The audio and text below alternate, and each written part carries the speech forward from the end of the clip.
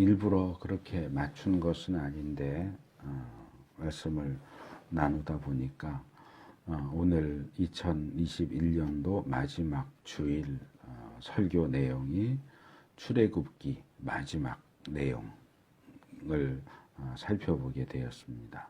오늘은 이 출애굽기 40장에 나오는 성막 건립, 또 제사장 위임에 대한 하나님의 명령과 실제로 성막을 건립하고 봉헌하고 하나님의 영광이 성막에 임했다 하는 내용, 전반적인 내용들을 함께 생각해 보려고 합니다. 먼저 1절에서 11절은 그동안 제작한 우리가 3번에 걸쳐서 살펴봤죠.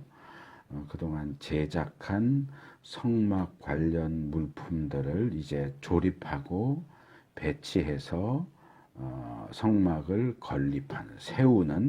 조립하고 세우는 것에 대한 하나님의 명령을 담고 있습니다. 본문 2절과 17절을 보면 이렇게 성막을 건립한 날짜, 성막 건립 일자는 제2년 첫째 달 초하루, 그러니까 2년 1월 1일이었다라고 이야기를 하는 거죠. 그동안 이 출애굽의 여정, 특별히 날짜들이 제시된 내용들을 정리를 해보면 이렇습니다. 첫째 해 1년이죠. 첫째 해 1년이 지난 게 아니고 시작되는 첫째 해 1월 15일이 출애굽한 날짜입니다. 출애굽기 12장 6절을 보면 1월 15일에 출애굽을 해서 45일 후에, 그러니까 3월 1일입니다. 출애굽기 19장 1절에 3월 1일에 시내산에 도착합니다. 그리고 시내산에 도착한 사흘 되는 날, 그러니까 3월 3일에 하나님께서 시내산에 강림하시고 십계명을 선포하시고 언약을 세웁니다. 그리고 모세를 산으로 불러 올리시고 7일을 기다리게 하신 후에 7일째 되는 날 성막 제작에 대한 말씀, 출애굽기 25장에서 31장 성막 제작에 대한 말씀을 주십니다.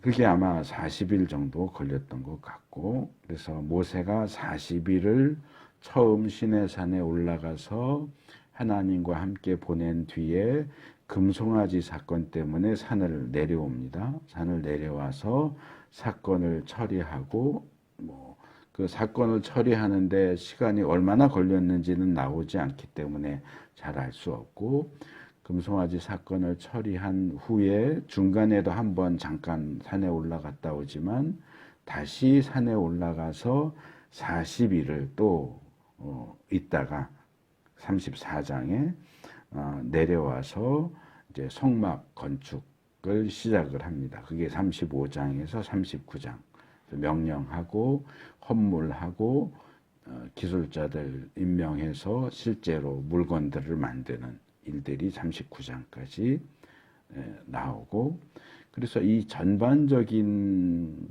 내용과 그 흐름을 대충 계산을 해보면 제 생각에는 출애굽한 이후에, 그러니까 1년 아마 5월 말에서 6월 초쯤에 성막 건축이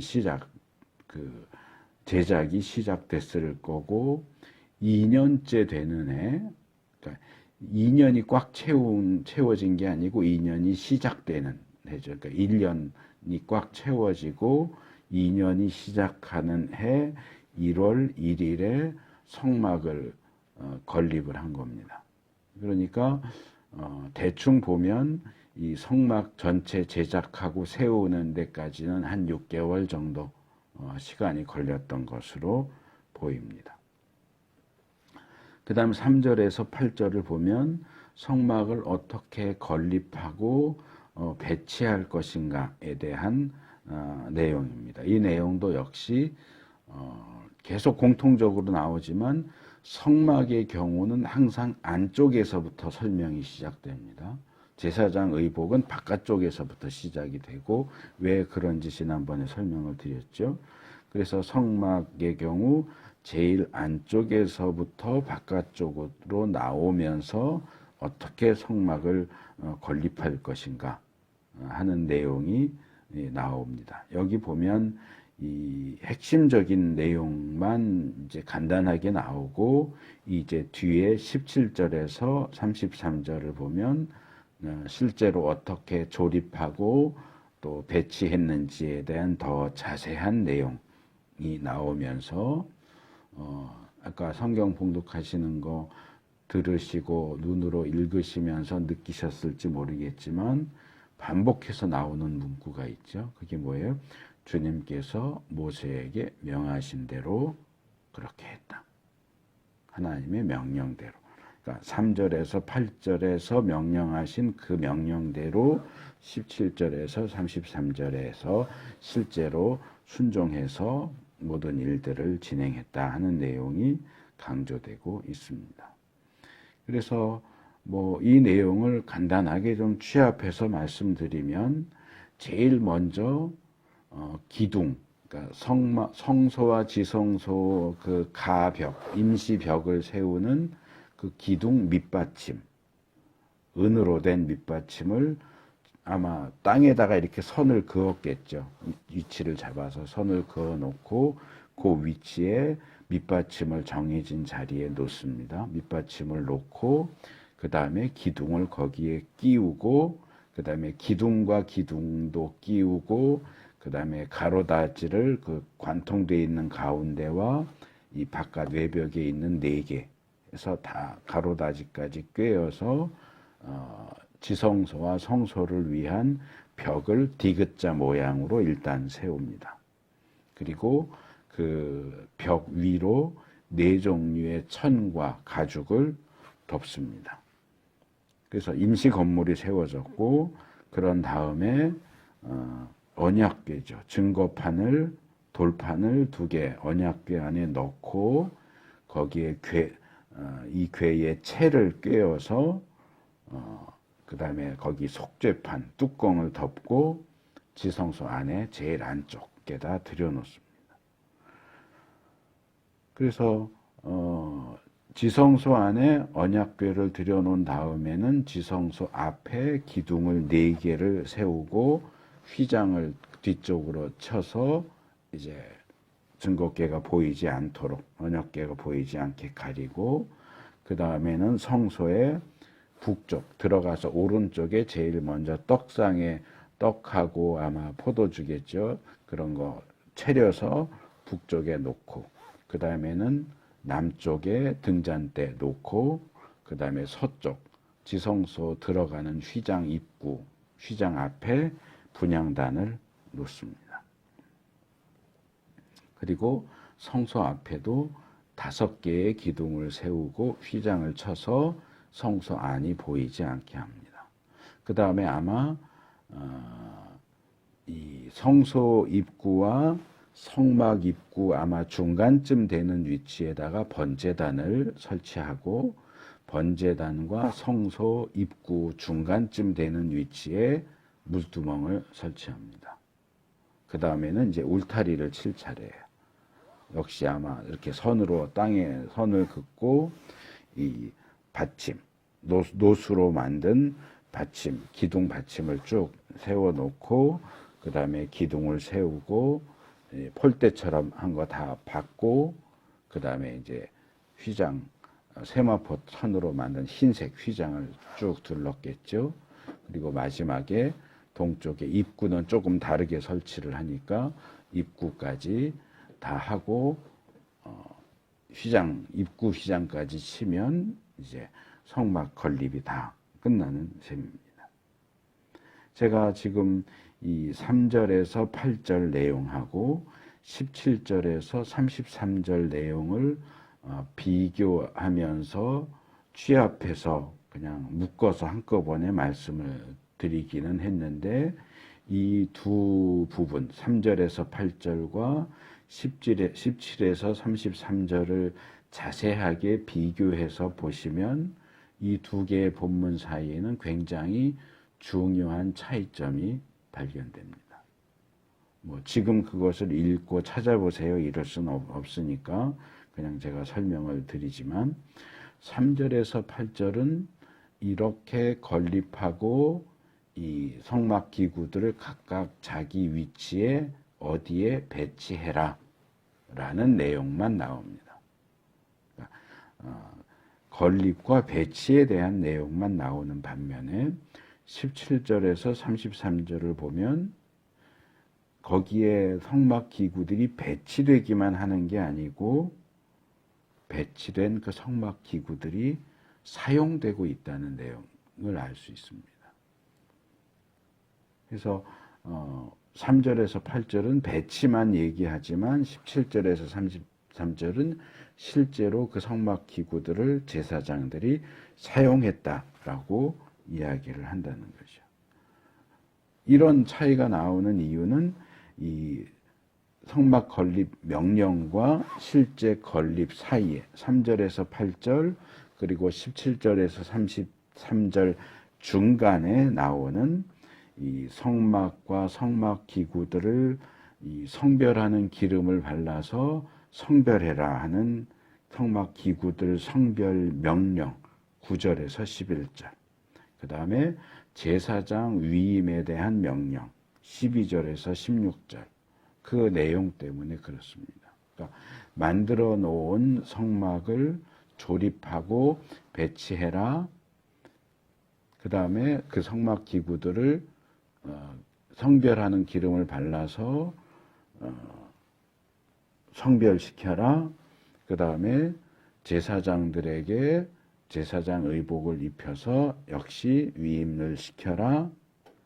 이 내용까지 나오고 그 다음에 하나님의 명령에 따라 성막을 조립하고 배치했다 하는 내용이 나오는데 여기는 조립하고 배치한 내용만 나오는 게 아니고 그렇게 위임받은 제사장들이 성별된 성막 기구들을 실제로 사용했다 하는 내용이 함께 나오는 겁니다. 그래서 여기 이 중간 9절에서 11절 그리고 12절에서 16절에 나오는 성막 기구들을 성별하고 제사장들을 위임해서 세우는 내용은 레위기에 가야 나와요. 레위기 8장에 가야 제사장 위임식을 다루면서 제사장 위임식 중에 성막 기구들도 기름을 바르고 피를 바르고 해서 성별했다 하는 내용이 나옵니다. 그래서 우리는 이제 일반적으로는 출애굽하고 시내산에 머물고 성막 제작 명령 받고 성막을 실제로 제작하고 이 40장에 와서 성막 봉헌식을 했다. 이렇게 생각을 하고 그 다음에 레위기로 넘어가요. 성막 봉헌식을 하고 그 다음에 하나님이 모세를 불러서 제사에 대한 거 말씀하셨고 그 다음에 8장 가면 이제 그 다음에 제사장들을 위임하고 그 다음에 이제 9장, 10장 넘어가서 11장부터는 음식부터 시작해서 거룩에 대한 그런 규례들을 알려주셨다. 이렇게 생각을 하는데 이게 실제로는 그렇지가 않아요. 이게 시간순이 아니에요. 그러니까 이 40장 끝에 나오는 성막 봉헌식은 실제로는 레위기 8장에 나오는 제사장 위임식 그리고 성막을 성별한 그러니까 성막을 성별하는 것 자체가 성막 봉헌식이라고 이해를 할 수 있는데 성막 봉헌식과 제사장 위임식은 함께 행해졌던 걸로 보여요. 근데 이제 제사장 위임식을 강조하느라고 레위기로 빼서 따로 다루는 거죠. 레위기 8장에서 따로 다루는데 이 출애굽기 40장 내용을 면밀하게 살펴보면 이 17절에서 33절 내용이 거기서 얘기하는 그대로 이해가 되려면 그 이전에 레위기 8장의 제사장 위임식이 행해졌어야 돼요. 제사장이 세워졌기 때문에 번제단에서 제사도 드리고 물두멍에서 손도 씻고 분향단에 향도 피우고 등잔 때 불도 피우고 이렇게 할 수 있는 거예요. 그 성막 제작 명령 중에서 제사장 위임식에 대한 내용을 다룰 때 그 말씀을 제가 드린 기억이 있는데 기억하실지 모르겠어요. 제사장 위임식의 제일 첫 번째 단계가 뭐냐? 아론과 그의 아들들을 모세가 목욕시키는 거예요. 근데 이 성막 한쪽 구석에서 목욕을 시키는데 이때 아론과 그의 아들들이 목욕한 물은 어떤 물이겠느냐 하는 거 말씀을 드렸어요.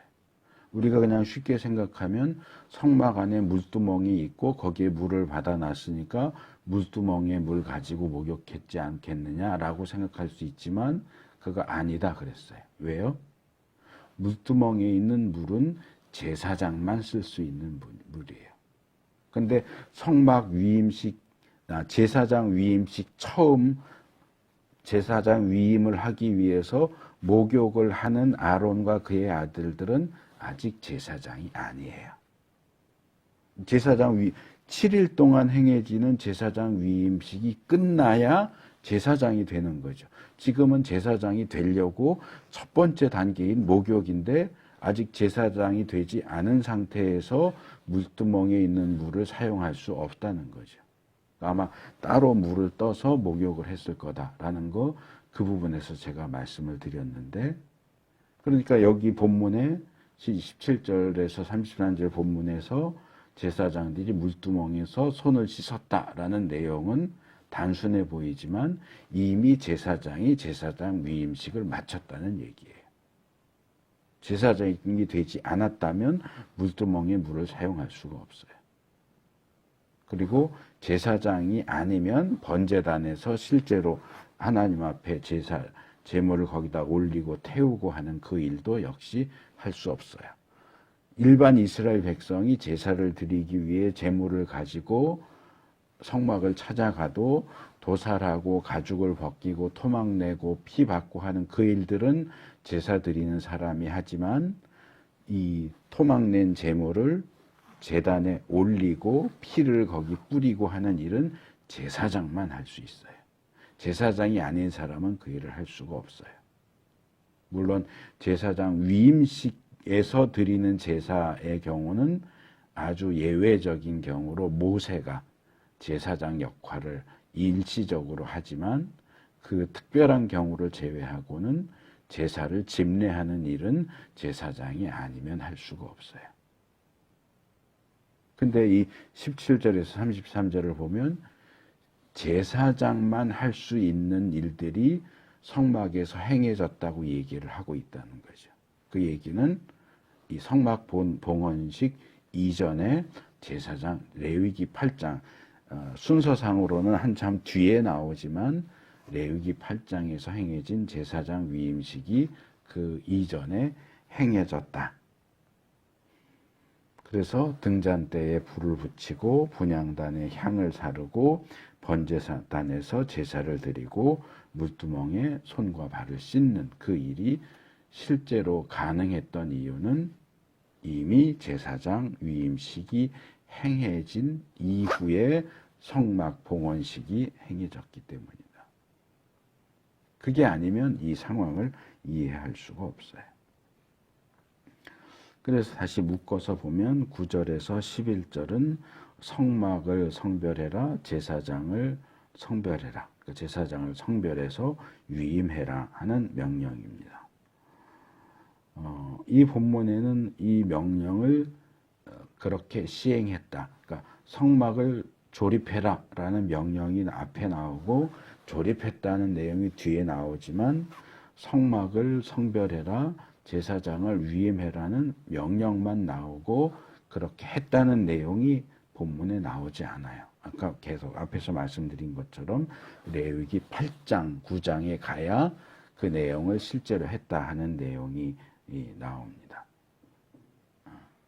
그래서 이런 전체적인 흐름을 놓고 볼 때 17절에서 33절 내용은 이 성막 성별과 제사장 위임에 대한 명령이 이미 시행된 이후의 상황을 제시하고 있는 것으로 봐야 한다.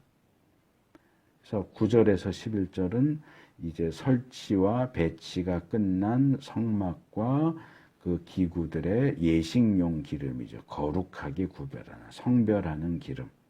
출애굽기 29장과 30장에서 살펴본 그 내용인데 그것들을 발라서 거룩하게 구별하라 하는 명령입니다. 성별하는 기름을 발라서 성별해야 하는 물품들이 9절에서는 성막과 거기에 딸린 모든 것, 또 성막과 그 모든 기구 이렇게 되어 있고 10절과 11절을 보면 번제단과 그 모든 기구, 물두멍과 그 밑받침 이렇게 나옵니다.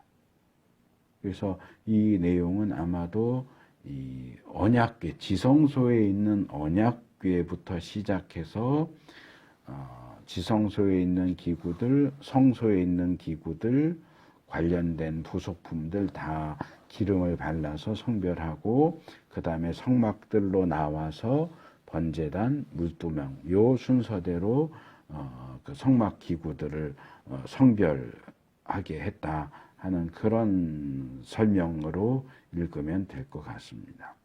또 실제로 이것의 시행을 기록하고 있는 레위기 8장 10절과 11절을 보면 성막과 그 안에 있는 모든 기구들에 먼저 기름을 발라서 성별하고 그 다음에 제단과 제단의 모든 기구 그리고 마지막으로 물두멍과 그 밑받침에도 기름을 뿌리고 발랐다 이렇게 설명하고 있는 것을 볼 수 있습니다. 그 다음 12절에서 16절은 제사장 위임과 관련해서 목욕 지켜라, 제사장 예복을 입혀라, 착복식이죠.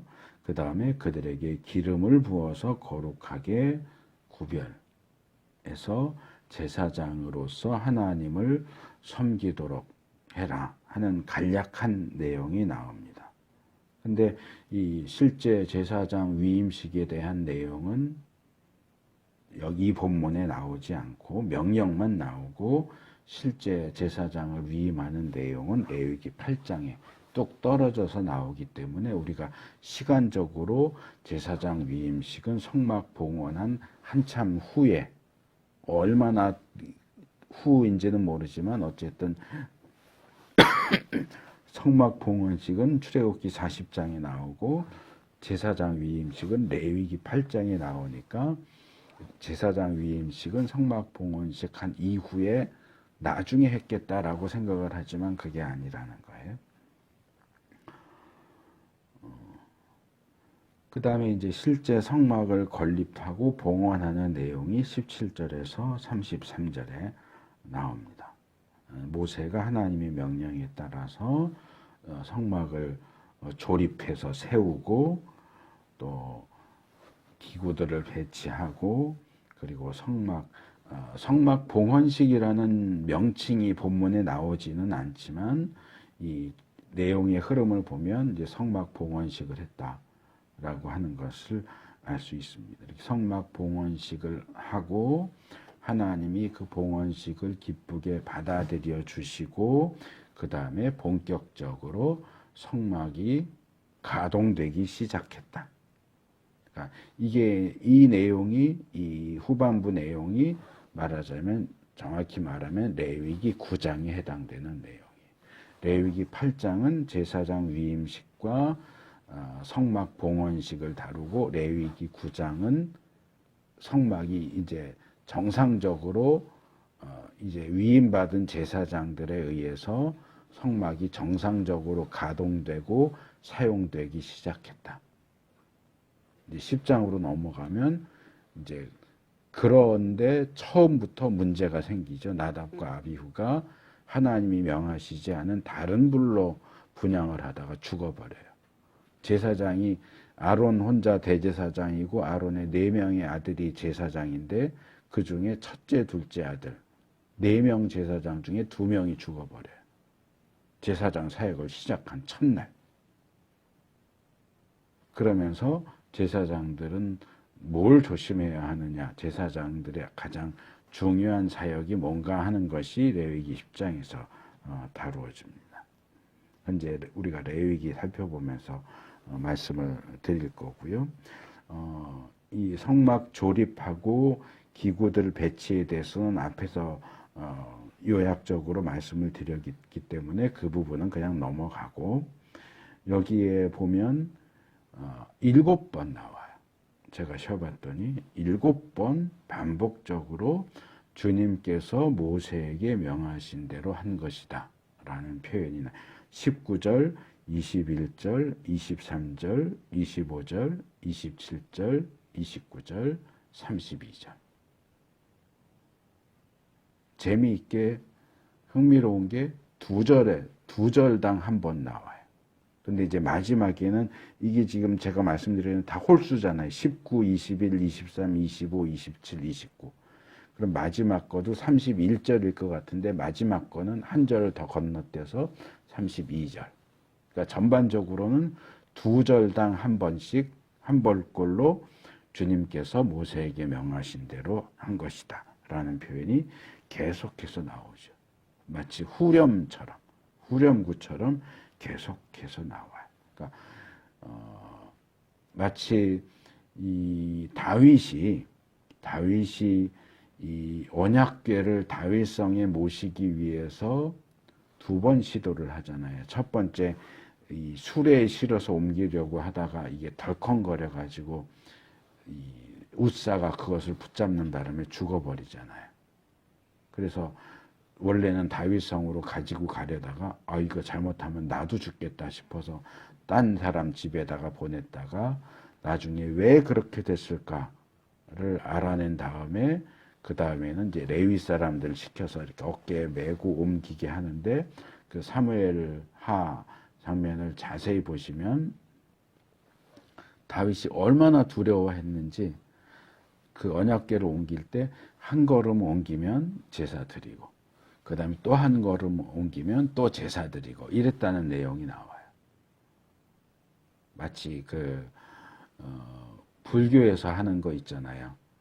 이렇게 뭐 무슨 수행하면서 한 걸음 걷고 또 절하고 또 한 걸음 걷고 또 절하고 이거하고 아주 비슷하게 한 걸음 걷고 안 죽었구나 감사합니다 제사 드리고 한 걸음 또 걷고 안 죽었구나 감사합니다 또 제사 드리고 근데 아주 그거하고 비슷하게 모세의 경우는 지금 성막 건축과 기구 배치한 거 보면 언약궤 들여놓고 무사히 들여놨구나 하나님 명하신 대로 했습니다. 떡상 들여놓고 하나님 명하신 대로 들여놨습니다. 등잔대 들여놓고 하나님 명하신 대로 등잔대 들여놨습니다. 분향단 놓고 하나님 명하신 대로 분향단 들여놨습니다. 이렇게 물건 하나하나 집어넣을 때마다 주님께서 명하신 그대로 했다라는 내용이 계속해서 나오는 거죠. 읽는 우리 입장에서는 짜증이 날 수도 있어요. 뭐 같은 얘기를 왜 자꾸 하냐. 그냥 들여놨다 하고 제일 끝에 한 번만 이 모든 내용은 하나님 명하신 대로 한 거다. 이렇게 해도 될 텐데 뭘 그렇게 기구 하나 넣을 때마다 하나님 명령대로 했다. 하나님 명령대로 했다는 내용을 계속 반복하냐. 좀 짜증이 날 수도 있는데 저는 이 부분을 우리가 창세기 살펴볼 때부터 그때부터 제가 강조를 했었죠. 노아가 방주를 만드는 장면도 아주 비슷하죠. 하나님이 방주를 어떻게 만들 건지 명령하셨고 노아가 방주를 만드는데 노아가 방주를 만들었다는 내용도 자세히 보시면 하나님 명하신 대로 했다. 하나님 명하신 대로 했다. 하나님 명하신 대로 했다는 내용이 계속 나와요. 성막도 똑같이 어떻게 만들 것인지 어떻게 배치할 것인지 명령하셨고 만들었을 때도 하나님 명하신 대로 만들었다. 하나님 명하신 대로 만들었다. 또 하나님 명하신 대로 배치했다. 하나님 명하신 대로 배치했다.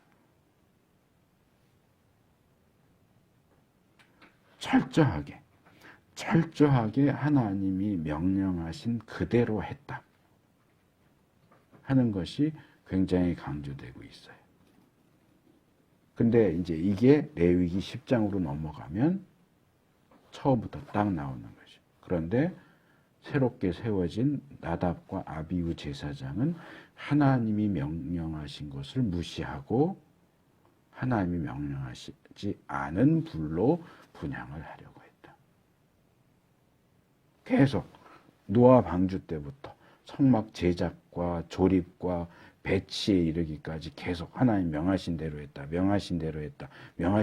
이렇게 했는데 중간에 툭 튀어나온 나답과 아비후가 하나님이 명하시지 않는 불로 분향을 하겠다는 거예요.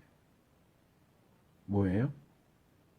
그 본문 가서 얘기하겠지만 아마도 내 생각에는 꼭 이 불 아니고 저 불로 해도 될 것 같아. 그거였겠죠. 꼭 그렇게 그대로 해야 돼? 불은 다 그냥 불이지. 그것을 꼭 정해진 그 불로 해야 돼? 꼭 정해진 그 향을 써야 돼? 꼭 정해진 그 기름을 써야 돼? 내가 알아서 재량껏 할 수 있지 않아? 아마 그랬겠죠. 그랬더니 어떻게 됐어요? 하나님이 죽여버렸어요. 우리 시대는 이런 일이 없잖아요. 우리 시대는 어떤 사람이 하나님의 명령대로 그대로 하지 않았다고 해서 하늘에서 불이 내려와서 그 사람을 죽이는 일은 없잖아요. 그러니까 그냥 시큰둥하게 생각하는 거예요. 하나님 명령에 그대로 철저하게 그대로 순종해야 한다라는 그 압박감도 없고 그 의식도 없는 거예요. 그냥 대충 나 편한 대로 내가 하고 싶은 대로 해도 괜찮겠지. 실제로 괜찮고 하나님 명령에 100% 그대로 순종하지 않는다고 해서 죽는 일이 일어나지도 않고 그러니까 자기 멋대로 하는데 구약에서는 그렇게 못했다고요. 구약에서는 그러면 당장에 죽어요. 그럼 신약에서는 신약 이후에는 그래도 안 죽으니까 괜찮은 거냐? 아니요. 이거 주님 오시는 날 마지막 때 몰아서 한꺼번에 받을 거예요. 거기에 대한 두려움이 있어야 돼요. 제가 어쩌면 가장 많이 강조하는 게 이 부분이에요. 가장 중요하게 생각하고 가장 강조하는 게 이거예요. 하나님의 말씀인 성경에 대한 충실한 순종, 철저한 순종. 제가 워낙 말씀을 강조하다 보니까 모르겠어요. 어떤 분은 김준기 목사는 하나님보다도 성경을 더 강조하는 것 같아. 하나님보다 성경이 더 중요한가? 이런 생각을 하실지도 모르겠는데 아니요. 그건 하나님보다 성경이 더 중요하다는 얘기를 하는 게 아니에요. 성경이 아니고서는 우리가 하나님의 뜻을 알 수 있는 방법이 전혀 없기 때문에 그래요. 성경이 아니면 우리가 하나님의 뜻을 어디서 알아요? 눈 감고 혼자 중얼중얼 이러고 있다. 하나님이 이런 분이구나. 그러면 하나님이 정말 그런 분이에요? 그게 소위 말하는 직통계시 아니에요. 그래서 직통계시가 위험하다는 거예요. 혼자 앉아서 기도를 하든지 묵상을 하든지 눈 감고 이러고 있다가 번뜩 떠오르는 생각.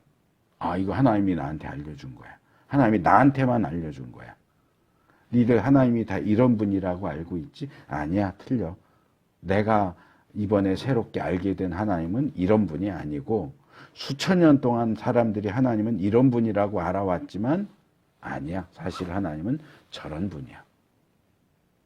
그걸 어떻게 아느냐? 난 직통계시를 받았거든. 성경에 써 있는 거 그거 다 틀려. 내가 받은 직통계시가 맞아. 목사님들 설교하는 거 다 무시해. 내가 받은 직통계시가 하나님이 직접 준 건데 이게 더 세지.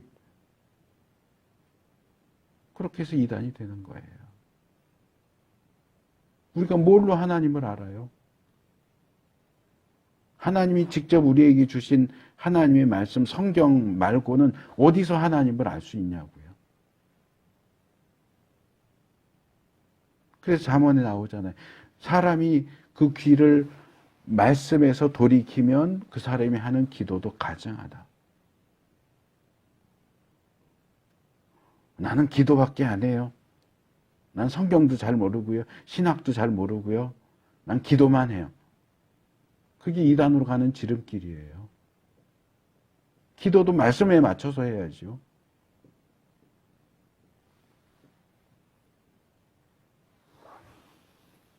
우리 개인이 하는 어떤 생각 또는 개인이 한 어떤 경험, 체험 그런 것들이 객관성을 가진다고 해도, 그러니까 그게 실제로 나에게 일어난 일이다. 내가 꾸며낸 얘기가 아니고 거짓말이 아니고 실제로 나한테 이런 일이 일어났어. 객관적인 일이라고 할지라도 체험 자체는 주관적인 거예요. 누가 알아요, 그거를? 본인 외에는. 체험한 본인 외에는 누가 아냐고요. 바울이 다메섹 도상에 가다가 하나님의 음성을 들었어요. 그리고 눈이 멀어버렸죠. 근데 다윗과 함께 다메섹 도상을 걸어갔던 바로 옆에 있던 사람은 그 음성을 못 들었어요. 그러면 바울 옆에 가던 A, B, 우리는 음성 못 들었으니까 네가 음성 들었다고 그러는 건 거짓말이야. 맞습니까? 체험이라는 건 본질적으로 주관적인 거예요.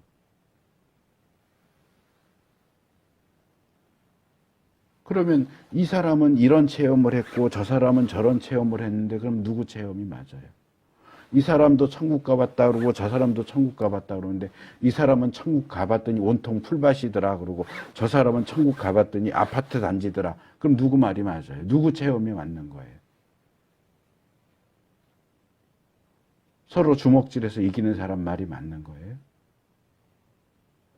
체험은 주관적인 거라고요. 너 거짓말하고 있어. 그 얘기를 하는 게 아니에요. 본인이 그 체험했다면 했나 보다 할 수밖에 없는 거죠. 근데 이 사람이 여기저기 떠돌아다니면서 천국은 온통 풀밭이야. 천국에 건물 있다고 말하는 놈들은 다 도둑놈들이야. 사기꾼들이야. 이렇게 얘기하고 다니면요. 문제는 성경에는 천국이 온통 풀밭이다. 이런 내용이 없다는 거죠. 성경은 아파트 단지다. 이런 내용도 없다는 거예요. 성경이 없는 내용을 자기의 주관적인 체험을 갖고 와가지고 성경을 밀어내고 자기의 주관적인 체험을 성경 위에 놓으려고 그래요. 그게 이단이에요. 그래서 내 체험이 객관적인 것이라 할지라도 실제로 일어난 것이라고 할지라도 그 내용을 성경에 비춰봐야 된다는 거예요. 그냥 내 체험 그대로를 날 것 그대로 이것만이 진리야라고 주장하지 말고 내가 체험한 그것이 성경의 원리에 부합되는가, 내가 체험해서 아는 그 하나님이 성경이 말하는 하나님과 같은 분인가를 생각을 해야죠.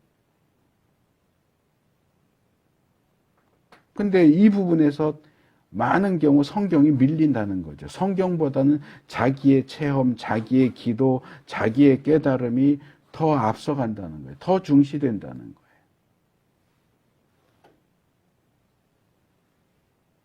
우리가 붙들 수 있는 건 성경밖에 없어요. 물론 그 성경 본문을 어떻게 해석하느냐에 있어서 꽤 많은 차이가 존재하는 것은 사실입니다. 하지만 그건 성경의 문제가 아니고 그것을 해석하는 우리 인간의 문제죠. 사실 우리에게 주어진 성경도 우리 인간의 연약함 때문에 그 근본적인 측면, 근원적인 측면에서 제한적인 성격을 가지고 있어요.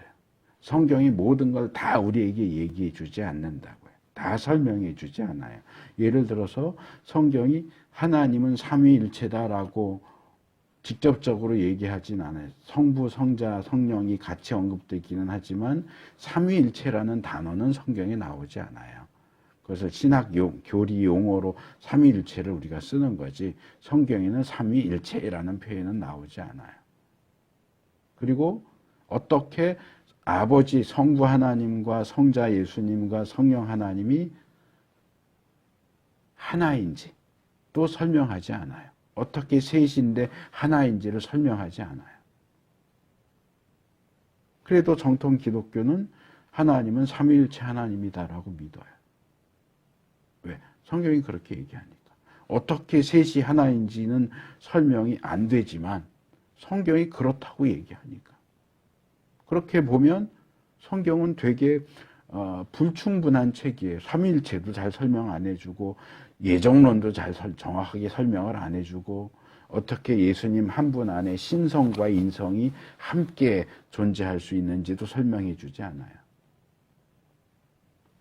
하지만 그건 성경이 부족해서가 아니라 우리가 부족해서예요. 우리가 설명만 해주면 다 알 것 같죠? 아니요. 예를 들어서 이제 유치원 다니는 아이가 공부하는 책에 미분, 적분 써서 주면은 유치원 아이가 미분, 적분을 알겠어요? 수준이 안 맞는 거예요. 걔들은 더하기 빼기 해야죠. 미분, 적분은 아무리 잘 설명해서 이거 잘 읽어봐 그런다고 해서 유치원생이 그거 읽고 미분, 적분을 할 수 있겠어요? 못한다고요. 삼위일체 아무리 잘 설명을 해줘도 우리는 그거 알아듣지 못해. 못 알아들으니까 설명 안 하는 그냥 그런 게 있어 그러는 게. 그런 게 있어. 설명해봐야 잘 몰라 니네는.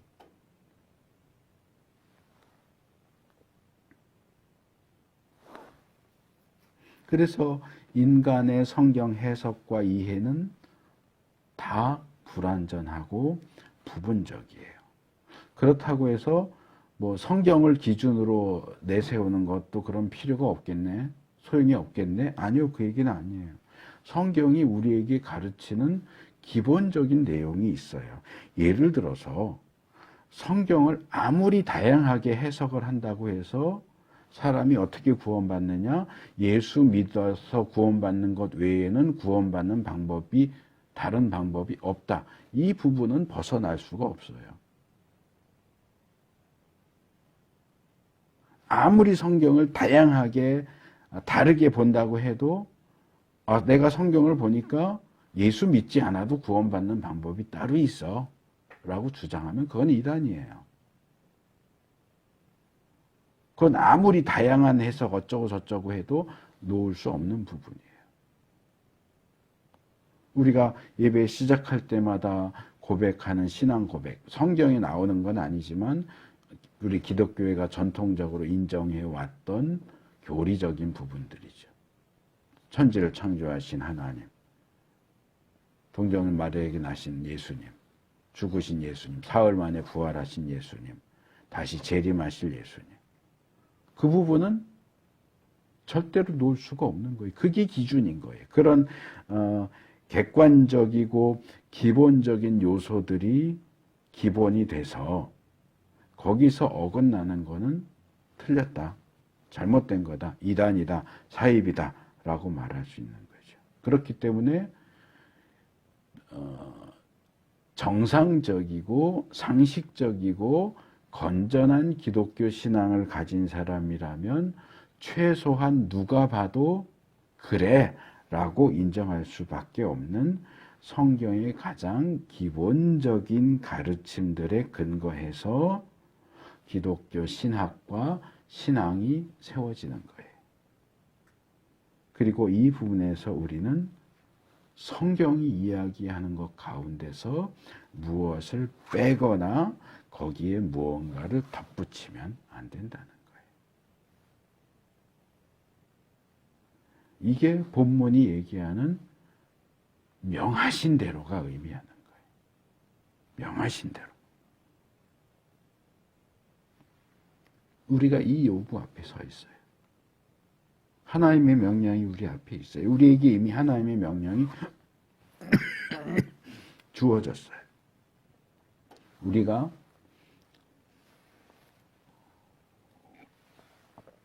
하나님이 명하신 대로 할 것이냐, 내 멋대로 할 것이냐, 그건 우리가 결정하죠. 그리고 거기에 대한 결과도 우리 각자가 받아야 돼요. 노아처럼 모세처럼 명하신 대로 할 것이냐, 나답과 아비후처럼 제멋대로 명하시지 않은 걸 자기 하고 싶다고 해서 할 것이냐, 그건 자유예요. 하지만 결과로부터도 자유로울 수는 없어요.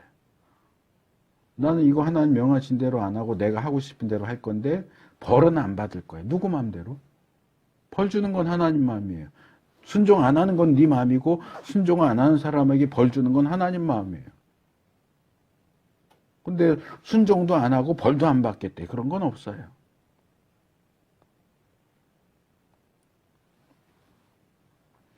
마지막 34절에서 38절은 이제 하나님의 영광이 성막에 가득했다 하는 내용입니다. 그러니까 봉헌식 이후에 어떤 현상이 나타났는가.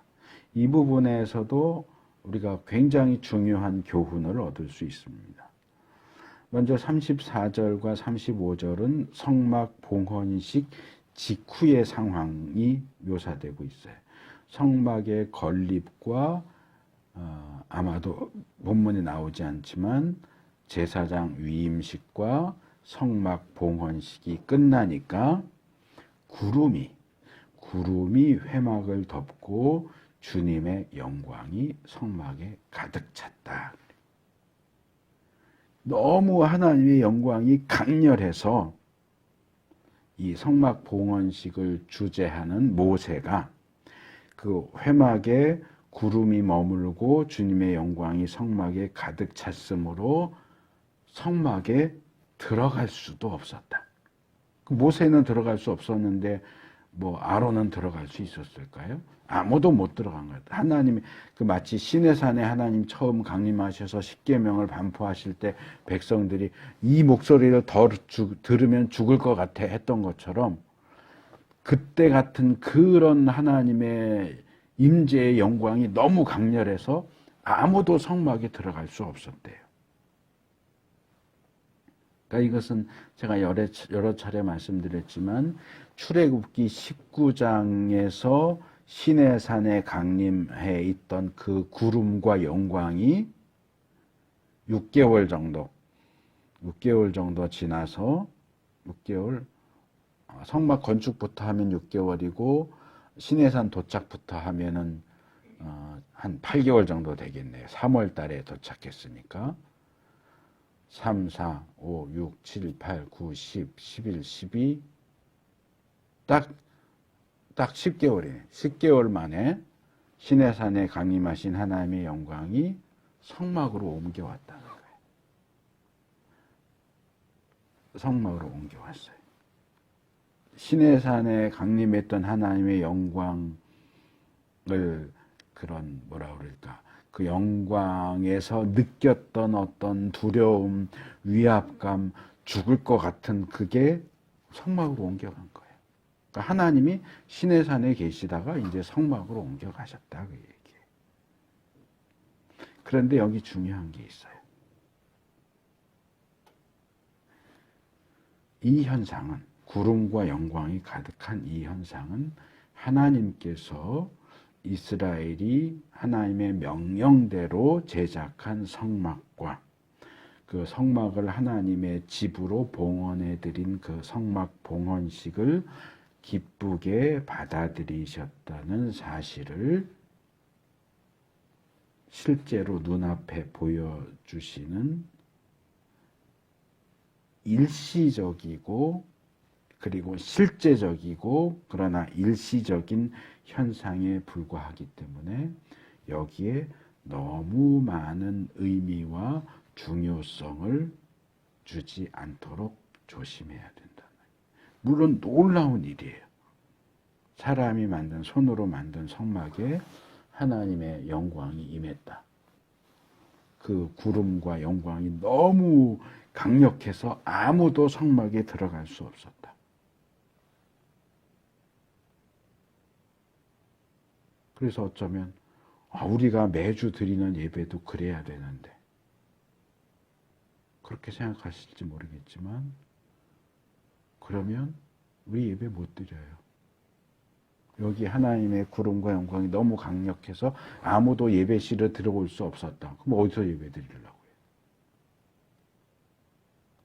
그래서 성막이 지어진 이후로 그 성막에 계속해서 구름과 영광이 임재하고 너무 강렬해서 그 이후로 아무도 성막에 못 들어갔습니까? 아니요.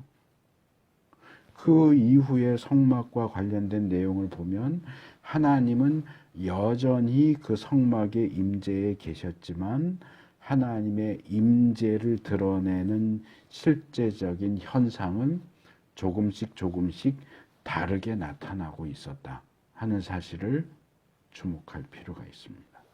자, 성막 봉헌식에서는 시내산에 머물러 있던 하나님의 영광과 구름이 성막으로 옮겨왔어요. 그래서 아무도 그 성막에 들어갈 수 없는 그런 상황이었지만 이건 일시적인 현상이에요. 그 이후로는 아론도 들어가고 아론의 아들들 제사장들도 들어가고 하나님 앞에 제사 드리러 온 이스라엘 일반 백성도 성막들에 들어가고 안 그러면 어떻게 제사를 드리라고 해요. 그러니까 이것은 아마 그날 하루 정도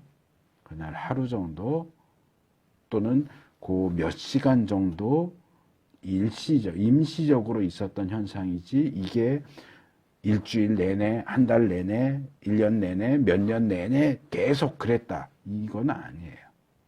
그 순간적인 일시적인 현상이에요. 그리고 36절에서 38절을 보면 이스라엘이 이제 시내산을 떠나는 내용이 민수기 10장 11절 가에 나오는데 이제 광야 생활, 시내산을 떠난 이후의 광야 생활을 염두에 두고서 이스라엘의 광야 이동과 성막에 임한 하나님의 임재의 이 가시적인 눈으로 볼 수 있는 그 현상인 구름 기둥과 불 기둥에 대해서 얘기합니다. 그래서 제가 그림 두 개를 보내드렸어요. 위에 있는 그림이 이 상상도죠. 아무도 본 사람이 없으니까 성막에 임한 구름 기둥 이러지 않았을까. 두 번째 그림이 성막에 임한 불 기둥이 아마 이러지 않았을까. 뭐 제가 생각해도 꽤 그럴듯하게 그린 것 같아요. 그래서 이스라엘이 광야를 지나는 40년 동안은 늘 이랬다는 거예요. 낮에는 구름 기둥, 밤에는 불 기둥. 뭐 찬송에도 있지만 우리가 다 알지만 40년 내내 낮에는 구름 기둥, 밤에는 불 기둥. 이게 움직이지 않고 서 있으면 그냥 진치고 머물러 있고 이게 이동하기 시작하면 빨리 짐 싸가지고 따라가요. 언제까지 이동할지 몰라요. 근데 이동하는 한은 계속 따라가고 이게 또 멈춰섰다? 그러면 또 다시 성막 세우고 텐트 치고 머물러 있다가 또 이동하면 또 쫓아가고 이게 광야 40년 내내 이랬다는 거예요. 근데 이스라엘이 가나안으로 들어가고 나서도 그랬을까요? 광야 시절에는 그랬다는 내용이 성경에 나오는데 이스라엘이 가나안 땅에 들어간 다음에도 여전히 낮에는 구름 기둥, 밤에는 불 기둥, 성막에 그렇게 불 기둥, 구름 기둥이 있어서 이스라엘을 인도했다. 그런 내용이 나오지 않아요. 아마 광야에서만 제한적으로 구름 기둥, 불 기둥이 있었던 것 같고 가나안 들어가면서는 성막은 여전히 성막이지만 구름 기둥, 불 기둥 현상이 나타나지 않았던 것 같아요. 자, 지금 이 이야기의 흐름이 제가 뭘 얘기하고 싶은 건지 눈치를 채셨을지 모르겠는데, 자, 성막에서 드려진 첫 번째 봉헌식 예배에 하나님께서 구름과 영광으로 반응하셨다. 그래서 그 하나님 임재의 영광이 너무나 강력해서 아무도 성막에 들어갈 수 없었다. 또 이스라엘이 광야에서 지내는 동안 40년 동안 내내 성막에는 구름 기둥과 낮에는 구름 기둥, 밤에는 불 기둥이 늘 거기 그렇게 서 있었고, 이게 머물러 있느냐 움직이느냐에 따라 이스라엘이 광야 생활을 이동과 정착을 주도했다. 이건 분명히 놀라운 대단한 일이죠. 그런데 이걸 기준으로 삼아서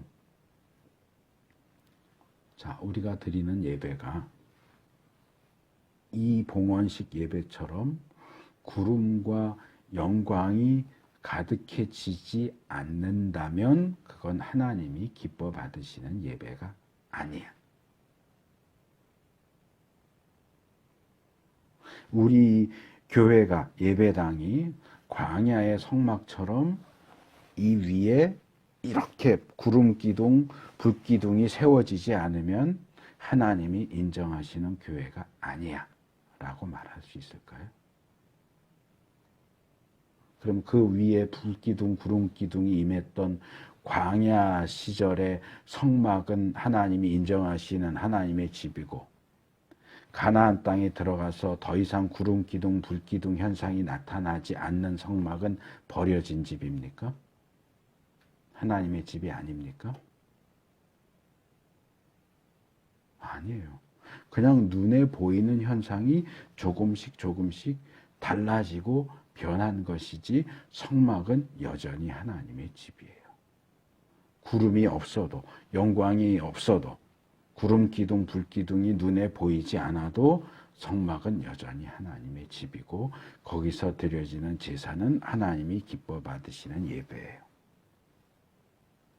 이런 신비적인 현상들, 구름, 영광, 또 한국교회에서 많이 얘기하는 금 이빨, 금가루,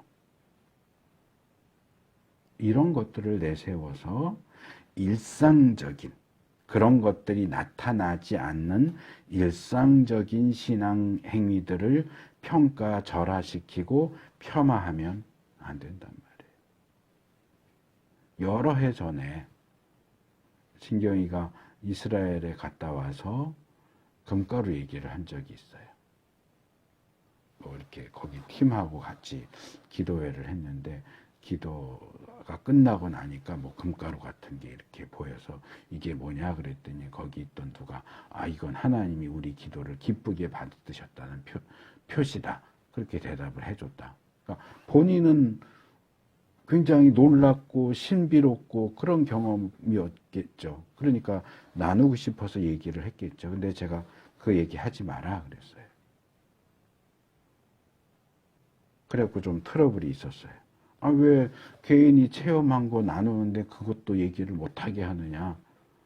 그래갖고 왜 내가 그 얘기를 하지 말라고 하는지를 얘기하고 뭐 그랬던 적이 있었는데, 그때도 그런 얘기를 했는데 지금 말씀드리는 이것 때문에 그랬던 거예요. 자, 그 경험이 틀렸다는 얘기가 아니에요.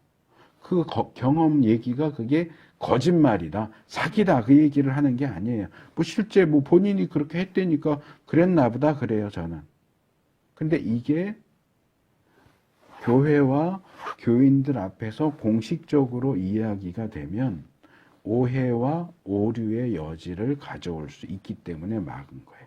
자, 예배하고 기도하는데 금가루가 보이더라. 그 금가루는 하나님이 우리 예배와 기도를 기쁘게 받으셨다는 증거다. 그러면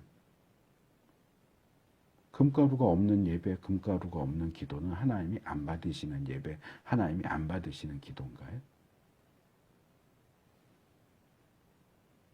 제가 하나님이 아닌 이상 어떤 사람들이 드리는 예배와 기도를 기쁘게 받았으니까, 야, 나 지금 너희 예배와 너희 기도에 감명받았어. 내가 금가루 뿌려줄게. 그리고 금가루를 뿌려줄런지 아닐런지는 잘 모르겠어요. 제가 하나님이 아니니까. 하지만 그런 방식으로 해서 금가루를 하나님이 기뻐하시는 예배와 기도를 판별하는 기준으로 삼아버리면 금가루가 보이지 않는 예배와 기도는 다 꽝이 돼버려요. 성막 봉헌식에 임한 구름과 영광이 모든 예배의 기준이 되면 그 이후에 드려지는 어떠한 제사와 예배 가운데도 하나님의 구름과 영광이 이렇게 나타나지 않으면 그건 다 꽝이 돼버려요. 정말 그럴까요? 성막에 임하는 구름 기둥과 불 기둥을 하나님의 임재의 기준으로 삼아버리면 구름 기둥, 불 기둥이 임하지 않는 모든 교회는 다 가짜예요. 심지어는 불 기둥, 구름 기둥이 임했던 그 성막조차도 가나안 땅에 들어가면 불 기둥, 구름 기둥이 안 나타났단 말이에요. 그러면 진짜가 가짜가 돼버린 거예요? 하나님이 더 이상 성막에 안 계세요? 아니잖아요. 그냥 눈에 보이는 현상일 뿐이에요. 임시적으로, 제한적으로 나타난 현상인데 하나님을 붙잡지 않고 현상을 붙잡으면 그 현상이 나타나지 않는 모든 건 다 가짜가 돼버려요. 심지어는 하나님도 가짜가 돼버린단 말이에요. 더 중요한 거. 자, 성경 어디에 하나님이 기뻐하시는 예배와 기도를 드리면 금가루가 떨어진다라는 내용이 나옵니까?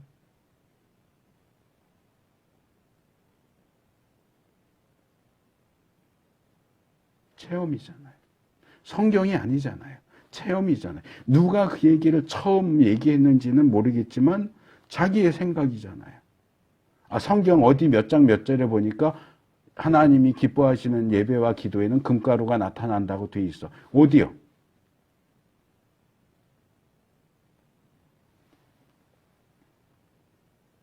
뭐 개인이 그 생각을 여전히 고집하겠다.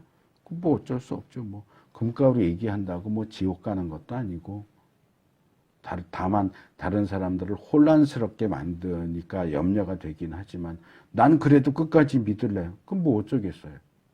그 입을 찢을 수도 없고 꼬맬 수도 없고.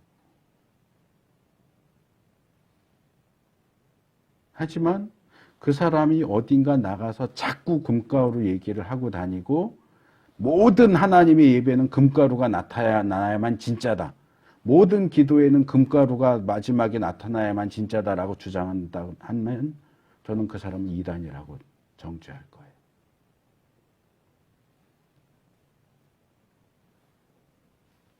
그게 우상숭배예요. 이스라엘이 금송아지를 숭배했듯이 금가루를 믿는 거고 금이빨을 믿는 거죠. 본문을 보세요. 구름과 영광이 가득했던 봉헌식만 하나님이 기뻐 받으시는 제사와 예배고 그 이후에 드려지는 구름과 영광이 가득하지 않은 제사와 예배는 하나님께서 받지 않으시는 제사와 예배입니까? 눈에 보이는 구름 기둥, 불 기둥이 있어야만 하나님이 거기 임재하시는 것이고 눈에 보이는 구름 기둥과 불 기둥이 더 이상 나타나지 않는 가나안 입성 이후의 성막은 하나님이 임재하시지 않는 흉물스러운 건축물일 뿐입니까? 왜 우리 마음대로 주관적으로 무언가를 기준으로 삼아서 주장하고 그걸로 편을 가릅니까? 하나님께서 그렇게 하지 않으시는데 우리가 무슨 권리로 하나님이 기뻐 받으셨다 아니다를 결정합니까? 이런 부분에서 하나님께서 이런저런 여러 가지 방식으로 이렇게도 반응하시고 저렇게도 반응하시고 또 그렇게 안 하실 때도 있고 하나님의 주권적인 뜻이 하나님 마음이에요. 성막 봉헌식에는 구름과 영광으로 임하시고 광야 생활에는 구름 기둥, 불 기둥으로 임하시고 가나안 땅에 오면 아무것도 안 나와요. 솔로몬 성전 봉헌식 때 이 성막 봉헌식하고 거의 흡사한 현상이 한번 나타나긴 했지만 그 이후에도 성전에는 구름 기둥, 불 기둥 그런 거 나타났다는 기록 없어요. 왜 하나님 이때 나타나는데 이때는 안 나타나죠? 몰라요. 하나님 마음이에요. 그런데 그 하나님이 주권적인 뜻에 따라서 마음대로 하시는 그걸 내가 정해놓고 아니요 하나님 기뻐하시는 예배면 구름과 영광이 반드시 임해야죠. 구름과 영광이 나타나지 않으면 하나님이 예배를 안 받으셨다는 뜻으로 알겠습니다. 지가 하나님보다 위에요. 그래서 우리가 조심해야 되는 거예요. 개인적인 체험을 나누는 것 자체를 금하는 게 아니고 이게 소위 말하는 덕을 세울 수 있을까? 성경적인 신앙에 도움이 될까? 방해가 될까를 생각해서 분별해야 된다는 거예요. 오늘 본문을 살펴보면서 말씀을 드렸지만 이 성막의 실제 건립에 대한 내용 17절에서 33절과 성막 봉헌 이후의 구름 기둥, 불 기둥에 대한 내용들은 이 다른 내용들과는 이 시간의 흐름이 좀 달라요. 그래서 각각 이 레위기 8장, 9장 그리고 민수기 10장 이후의 그 내용들이 이렇게 뭔가 이렇게 시간을 이렇게 건너뛰어서 이렇게 연결되어 있는 나중에 일들을 이렇게 땡겨서 얘기한다고 해야 될까? 그런 부분들이 있습니다.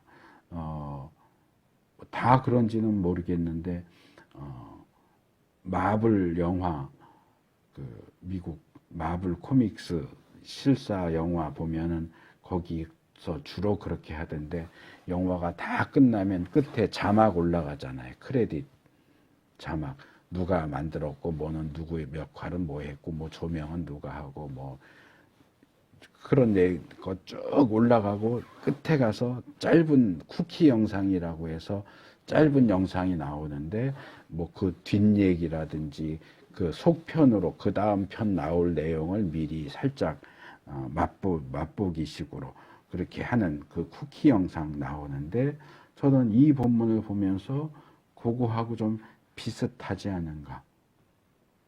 그래서 이후에 이제 레위기의 내용, 민수기 이후의 광야 생활 이런 내용들에 대한 부분적인 내용이 이렇게 살짝 이렇게 끌어당겨서 쿠키 영상처럼 요 출애굽기 40장 끝부분에서 살짝 다뤄지면서 이 다음은 어떻게 될까? 그 다음에 레위기는 어떻게 될까?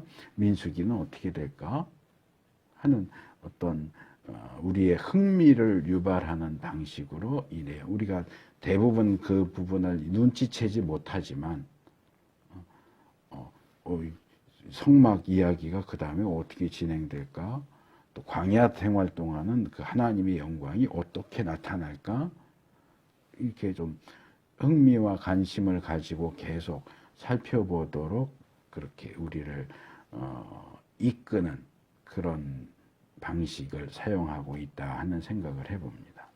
그래서 오늘 성막이 온전히 하나님의 뜻에 따라 세워졌다 하는 사실을 살펴보면서 이렇게 성막을 제작하는 것에서도 그렇고 성막을 건립하는 데 있어서도 그렇고 이제 이후에 우리가 레위기에서 다루게 될 성막을 어떻게 활용할 것이냐 하는 그런 부분에 있어서도 우리가 어떤 나름대로의 선입견이나 편견을 내세우지 말고 하나님의 뜻과 방식, 성경이 제시하는 내용을 우리의 절대적인 기준으로 삼아서 그 성경을 읽고 또 우리 각각의 삶을 살아갈 수 있는 우리가 되기를 축복합니다.